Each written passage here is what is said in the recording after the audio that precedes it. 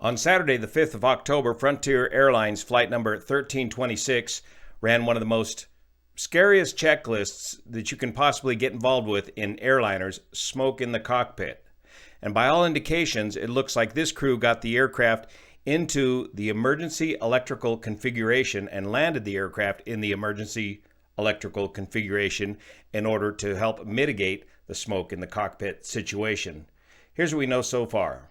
A quick view of these pictures provided by O&D here on X gives us the indication that it appears that this aircraft is in the emergency electrical configuration. We see only 2 of the 5 spoilers up on the wing. That'd be spoilers number 3 and 4. We see the Ram air turbine, the RAT, deployed over here. You can see it better in one of these other pictures. There it is right down there. That's the thing that provides power to the emergency generator. And of course we see the brakes smoking hard, and eventually the tires did catch on fire, but pretty quickly firefighting crews got that fire out on the tires, wheels, and brakes. A safe evacuation was made of all the passengers via the air stairs.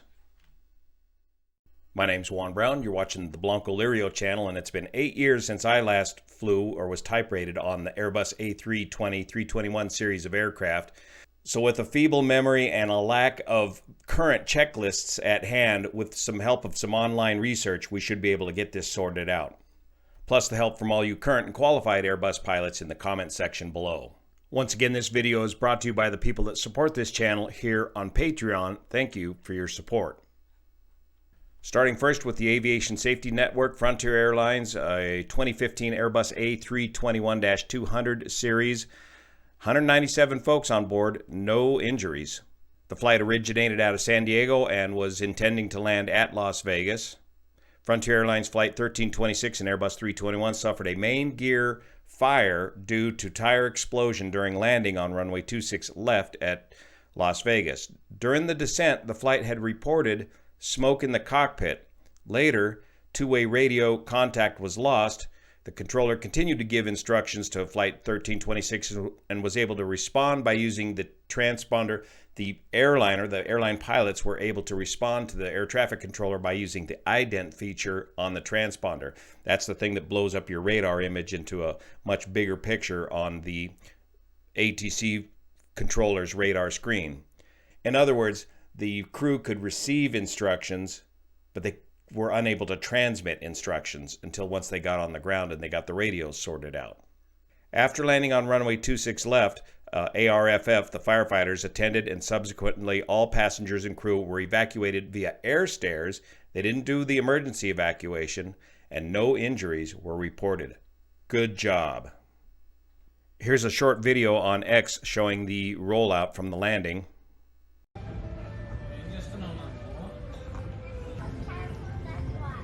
Last time it was cancelled.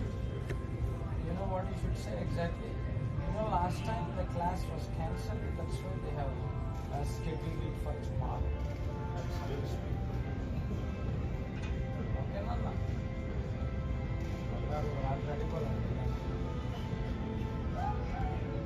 Huh?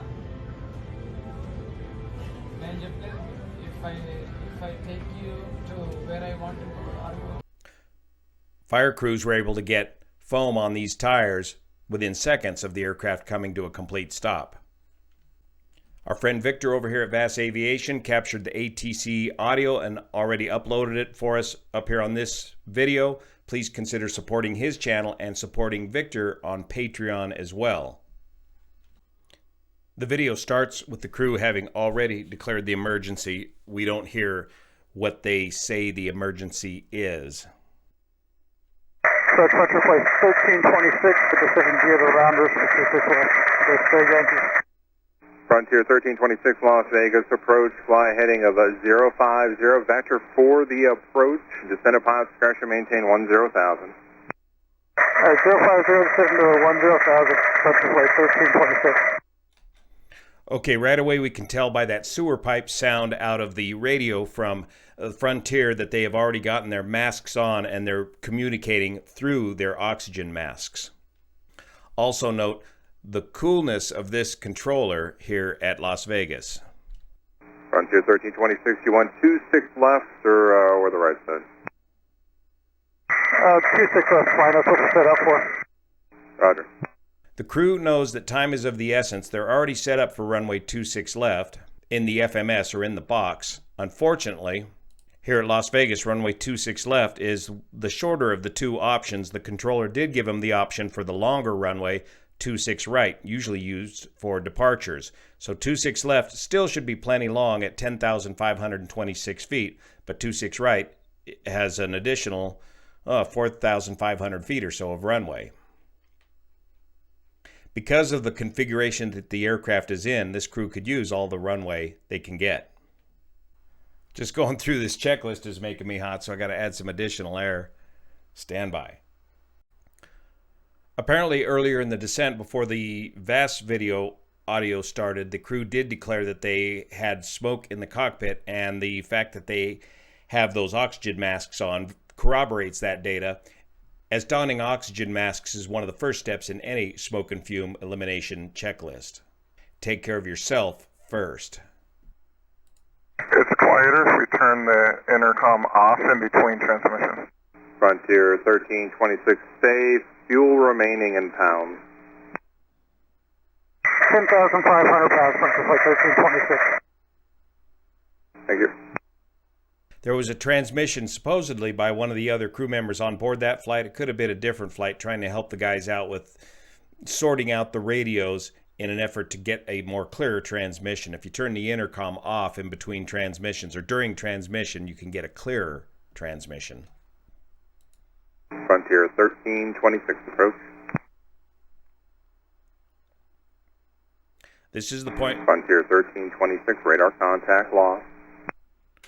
Okay, this is the point where we believe they're going through the emergency electrical configuration checklist. We'll get into that in a minute, but this is where they lose radio communications until after they land, and they lose the transponder as well.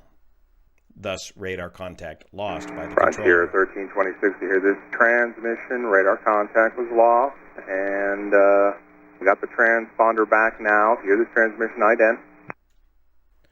The reason radar contact was lost is there's two transponders on board most of these airliners, and the only one that's going to work in the emergency electrical configuration is transponder number 1. So if you were in transponder number 2 position, you would need to switch it back over to position number 1. Or transponder number 1. And here's that ident button right here where the crew can respond if they've got the radios goofed up. The reason the radios can get so easily messed up is in the emergency electrical configuration, the only radio that's going to work is VHF1, Victor 1, and the only audio panel that's going to work, correct me if I'm wrong, Airbus pilots, is the captain's audio panel. So if the first officer is trying to communicate using his audio panel, even if he's hooked over to the Victor 1 radio, it will not work. Now, if you're wondering, why are they in the emergency electrical configuration for a smoke and fume event in the cockpit? Well, we'll get to that in a minute. Frontier 1326, ident observed. Are you able to transmit at this time? Nope. Frontier 1326, descend at pilot discretion, maintain 8,000. So they can still receive instructions. They just haven't got the radios Frontier sorted out. 1326, descend at pilot discretion, maintain 7,000, respond with an ident. Frontier 1326, ident observed. You'll be following traffic that's landing 26 left, currently 12 o'clock and 19 miles. It's a heavy Boeing 777 out of 8,000. I'm just going to turn you and use ident for your responses. Continue your present heading. Excellent job by ATC. Our Frontier 1326, we're going to make you number 1 for the runway. The heavy's going to be breaking out, so descend and maintain 6,300, respond with an ident. Frontier 1326, ident observed. Frontier 1326, descend and maintain 5,500. So getting set up for a nice stabilized straight-in Frontier approach 1326, ident observed. to runway 26 left, descending Frontier at 7,000 feet. 1326, turn left, hang 350. Frontier 1326, the airport is 9 o'clock and 13 miles. If you have the airport in sight, ident. 9 mile final. Frontier 1326, no ident observed. Expect the ILS 26 left approach. I'll have a vector for you momentarily. So he does not have the airport in sight. He wants to continue getting Frontier vectors. 1326, turn left heading 2806 miles from Reeland. Maintain 5,000 to establish on the localizer. Cleared ILS 26 left approach. Back up the visual approach with an instrument approach. Frontier 1326, ident observed. Frontier 1326. Looks like your intercept and localizer fine, and there's no traffic between you and the airport this time. Just continue inbound on the ILS. Red Dog 40 is aircraft 5 mile final to land emergency. Red Dog 5 mile final, next to land on 26. Frontier 1326, wind is calm, runway 26 left, cleared to land. Frontier 1326, the power advises 26 left, cleared to land, acknowledge with ident.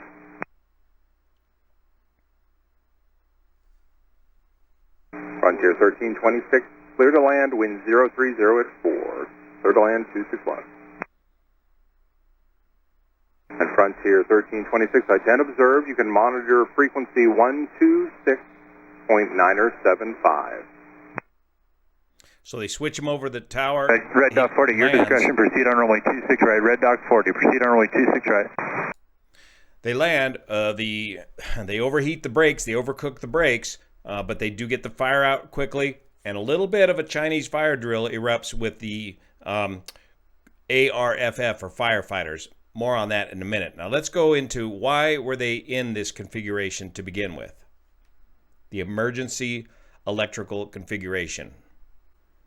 In the past, and in past accidents, dealing with smoke and fumes in the cockpit could have been a long, slow, laborious checklist process of slowly trying to identify the source of the smoke and fumes.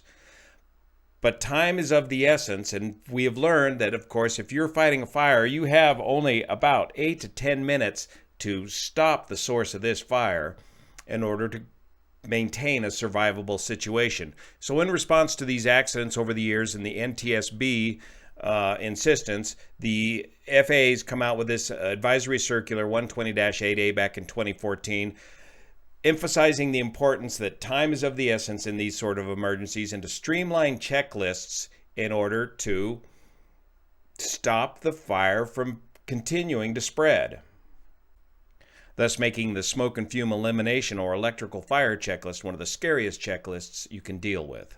In this Safety First memo from Airbus dated February of 2013, they explained that until 2002, the QRC, or Quick Reference Handbook, contained 6 independent smoke procedures, and the crew had to decide which one to apply according to the suspected smoke source.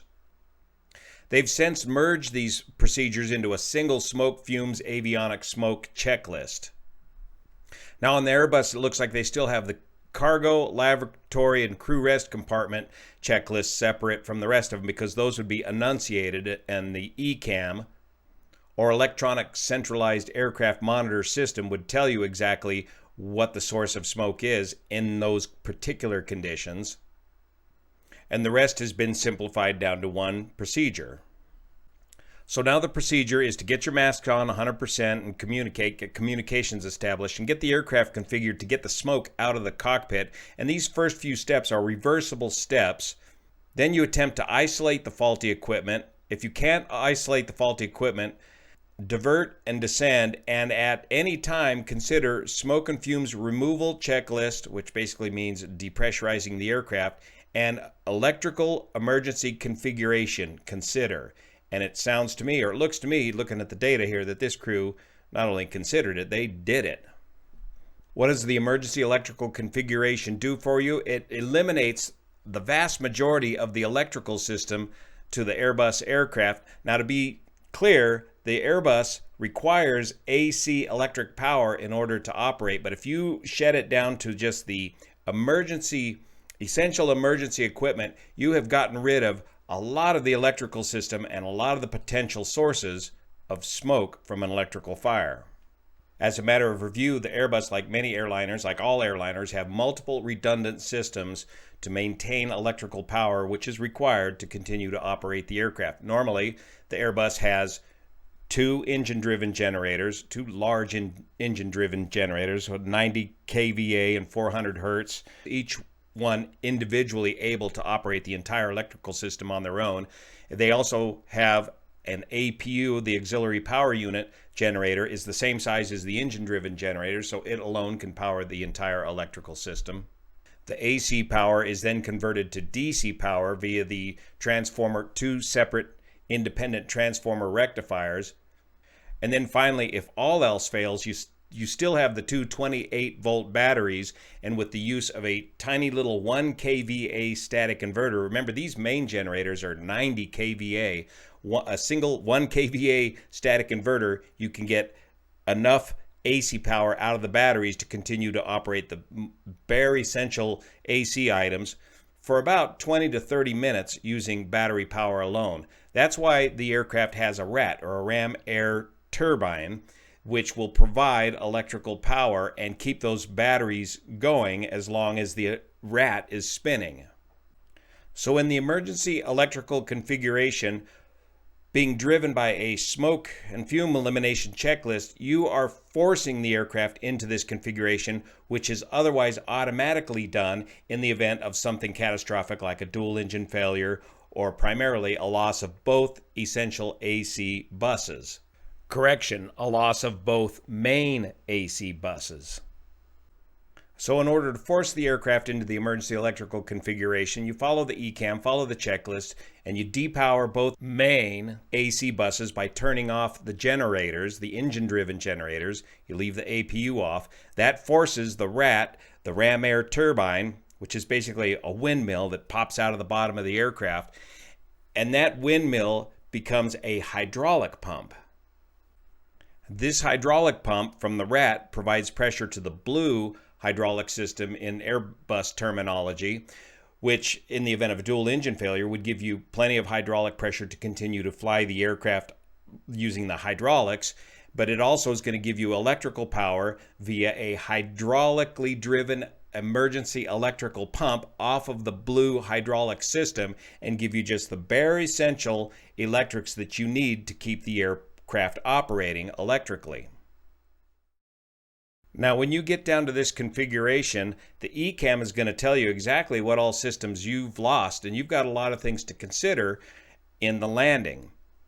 And it's interesting to note that in the Airbus, you're going to be going from, remember the three different laws in Airbus: normal law, alternate law, direct law. You're going to be in this configuration, emergency electrical checklist or emergency electrical configuration, you will be in alternate law, and as soon as you lower the gear, you will be in direct law. That means you're basically a Cessna 172 now. Whatever input you put into the control yoke, you're going to get. You have no stall protection, you have no flight directors, you have just the very, very basic minimum. You only have the pilot's instruments. The first officer's kind of out of the picture. His screens are blank. Also, for landing, you're going to have no thrust reversers. You're only going to have ground spoilers, or spoilers number, as we saw in that picture, number 3 and 4. So you're missing 3 of your ground spoilers. You're going to be on alternate brakes, so your brake pressure is going to go from a normal 3,000 psi down to 1,000 psi. And of course, your anti-skid is going to be in op. So if you honk on those brakes, you will just immediately lock them up like we saw in that picture and smoke the brakes. Also, your nose wheel steering will be in op, and of course, your autopilot is in op as well. Now, you may have noticed that the minimum speed for the RAT is listed at 140 knots. What do you do when you come in to land? You got to get below 140 knots to land. Well, the RAT will eventually drop offline, and then you're relying on battery power from there. And again, you have 20 to 30 minutes of battery power left on the aircraft. Now, the part that I'm curious about, and I don't have the data on, you current and qualified Airbus guys, go through your QRH. Do you not have the option to reinstate some of the electrical system just prior to landing by punching back on one of the generators and getting out of this emergency electrical configuration and recovering some of these systems that we've lost? But of course, in doing so, you may be adding power to a fire or potentially reigniting a fire, because you don't know where the source is. You don't have time to fiddle around to suss it out. Just shut it off. Now, after the landing, this is when the confusion can really ramp up for the air crew and the ground crews putting the fires out, trying to communicate with one another. Go to Victor's video here, and he's captured all the ATC audio from the ARFF crews. But the bottom line is, first, they had the trouble with communicating. The crew was able to get a hold of Victor 1 and get it going and get a hold of the firefighters. And at first, the crew was really concerned about, or really wanting to, emergency evacuate the aircraft.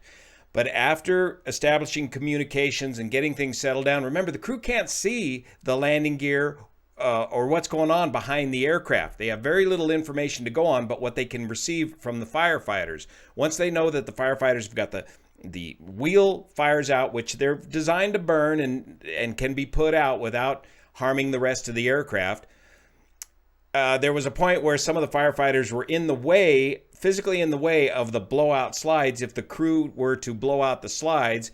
And in the end, they all came to an agreement to, no, we don't need to do an emergency evacuation. Just get the air stairs and we'll all evacuate the aircraft via the air stairs. And that potentially saved a lot of injuries. And of particular interest is some of the comments from supposedly some of the folks that were passengers on this flight. They had no idea what was going on, and some of them saying they had no indication of smoke at all back in the passenger compartment.